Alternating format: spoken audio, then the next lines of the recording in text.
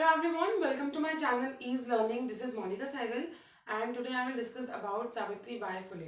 आज एक बहुत ही फेमस पर्सनैलिटी और की बात करने वाले हैं हम, जो आपके सिलेबस का पार्ट है एजुकेशन थिंकर्स में. इंडियन थिंकर में हम डिस्कस करेंगे आज सावित्री बाई फुले को.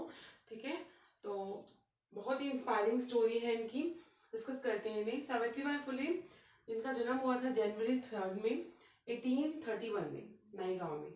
ठीक है, महाराष्ट्र से बिलोंग करती थी ये, और इनका जन्म हुआ 1831 में, जो एक सतारा डिस्ट्रिक्ट है महाराष्ट्र के नए गांव में. और चाइल्ड मैरिज हुई थी इनकी ज्योतिराव फुले से. At the age of 9 she was married to Jyotirao Phule. इनकी मैरिज हुई 9 ईयर्स की एज में, और ज्योतिराव फुले उस वक्त 12 ईयर्स के थे, तो एक चाइल्ड मैरिज कहेंगे इसे. तो उस वक्त इनकी मैरिज हुई और इन्हें रीडिंग राइटिंग या एजुकेशन कुछ भी नहीं आता था, और उस टाइम विमेन एजुकेशन का कोई कंसेप्ट था नहीं. तो ज्योतिराव फुले और सावित्री बाई फुले इन दोनों ने मिलकर एजुकेशन और specially women's education, girls education को एक नेक्स्ट लेवल तक ले गई.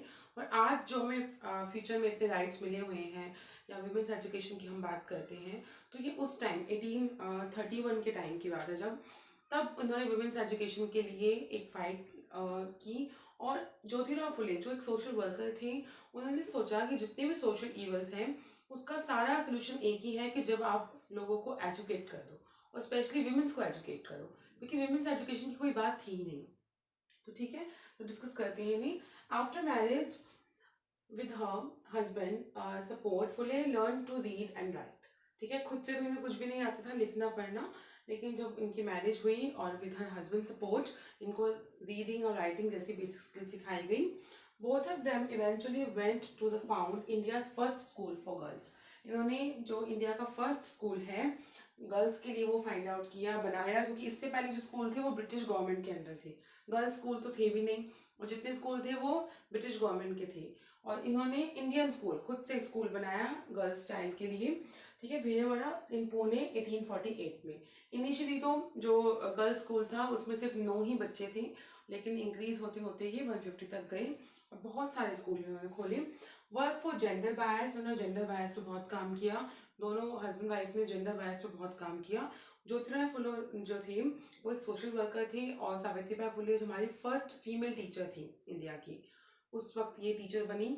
ठीक है, the first female teacher of India Jyotirao Phule. और इन्होंने जेंडर बायस पे बहुत काम किया.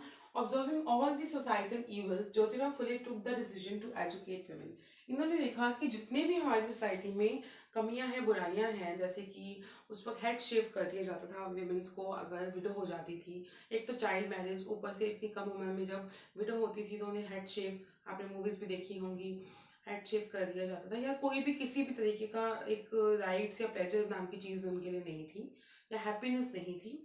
तो उन चीज़ों को देखते हुए ज्योतिराव फुले का ये डिसीजन था कि हमें विमेंस को, गर्ल्स को एजुकेट करना है. वही एक सिंगल डिसीजन है जिसकी वजह से हम सारे सोसाइटल इवल्स को कंप्लीटली हटा सकते हैं. तो एजुकेशन फॉर ऑल की बात की इन्होंने. ठीक है, तो इनिशियली इनका स्कूल था उसमें सिर्फ 6 से 9 बच्चे थे, और बाद में 150 स्टूडेंट्स तक आ गए वहाँ पर. और countries first school was started, हमारी इंडिया का पहला स्कूल स्टार्ट हुआ, क्योंकि इससे पहले के जो स्कूल थे, मैं यूनिवर्सिटीज़ की बात नहीं कर रही हूँ, I am talking about schools.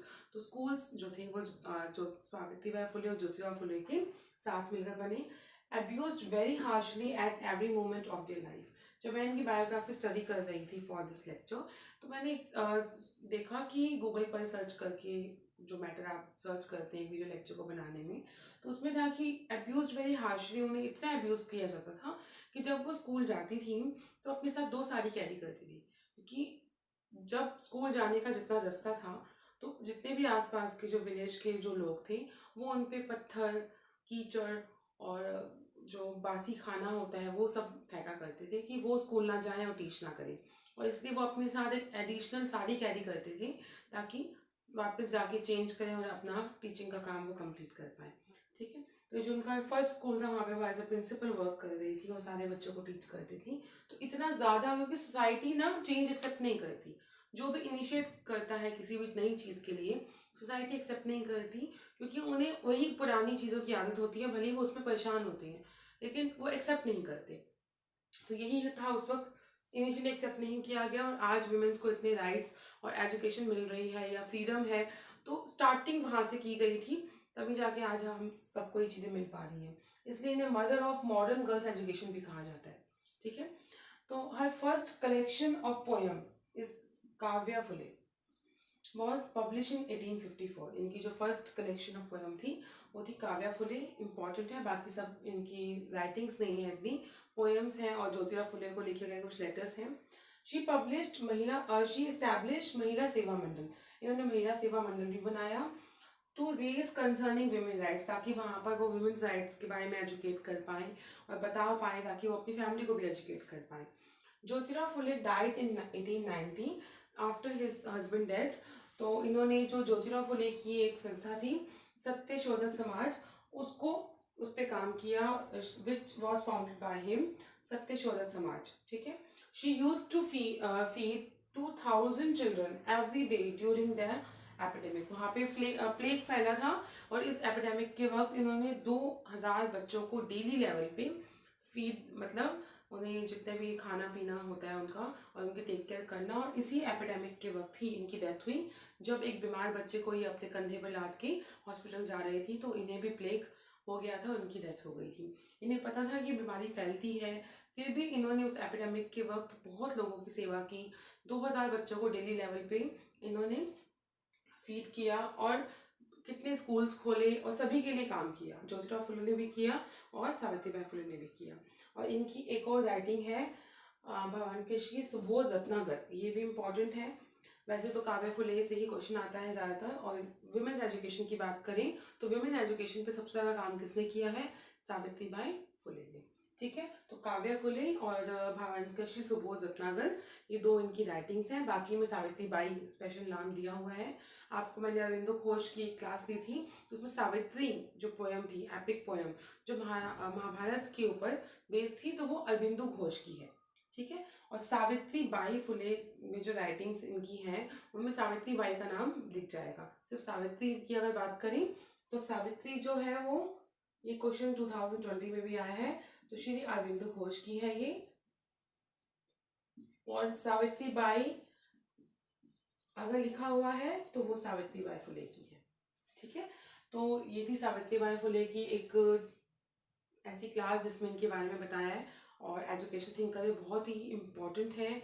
और देखिए कितना कुछ इन कपल ने किया वुमेन्स एजुकेशन के लिए, गर्ल्स एजुकेशन के लिए। तो ये चीज़ें आपके लिए वैसे भी जानना इम्पॉर्टेंट है। हम नेक्स्ट क्लास में महात्मा गांधी जी को डिस्कस करेंगे, बाकी थिंकर्स को हमने डिस्कस कर लिया है। तो आई होप आपको ये सेशन अच्छा लगा है।